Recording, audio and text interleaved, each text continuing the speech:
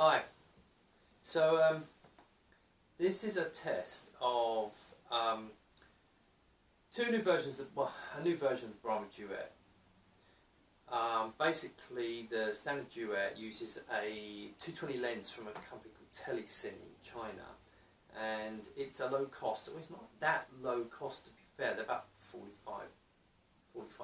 each, £50 each, something like that. If you're going to buy them. That's the one I ship standard, but we're now going to start shipping, or having the option to ship with N10I 220 lenses.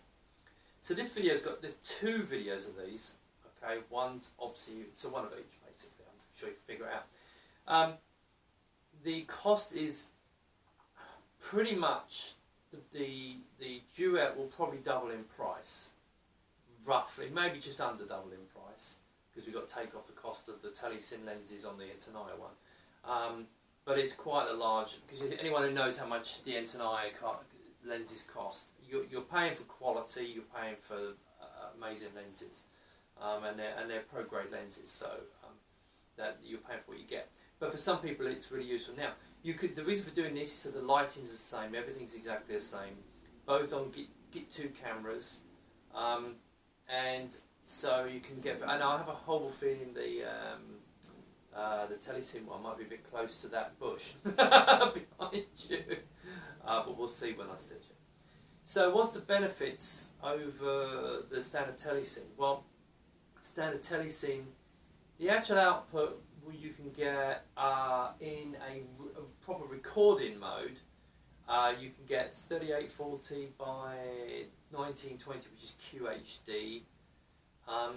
It comes in slightly higher than that, and I scaled down. With the N10Is, because of the way it lays the data onto the sensor, there's more data available. So actually it comes in at about 4350 by about 2160, 2170. And then I scale that down to 4096 by 2048, which is UHD, which is proper 4K. So the two different versions of 4K, isn't it? Both are running at 24 FPS. It's very important to understand that, because at 4K these cameras can only do 24 FPS. However, then there's the other mode, which is the one I'm more excited about personally, is the live streaming. Now, I've been doing that with the Telesins. The Telesins are giving, I give a good 1440p output. It's 2560 by 1440, which is the maximum that YouTube can handle at the moment when the live stream. However, I'm finding that the N10I is giving about 20%, maybe a bit more data for the same resolution, and so the quality is a lot higher. Also, the optics are better. So I think for the live stream, it's actually going to be a great lens to use, and I will be doing a live stream soon. Once I've got to modify the lens profile in the software. Once that's done, then I'll be doing a live stream for that. So here you go. These are the choices. This is up there. I'm not going to tell you which I think is the. Well, obviously, I think the N10I is better. The lenses are better, obviously. However, it's all down to your budget. If you're paying twice the price, in your mind, is it twice as good? So that's the decision.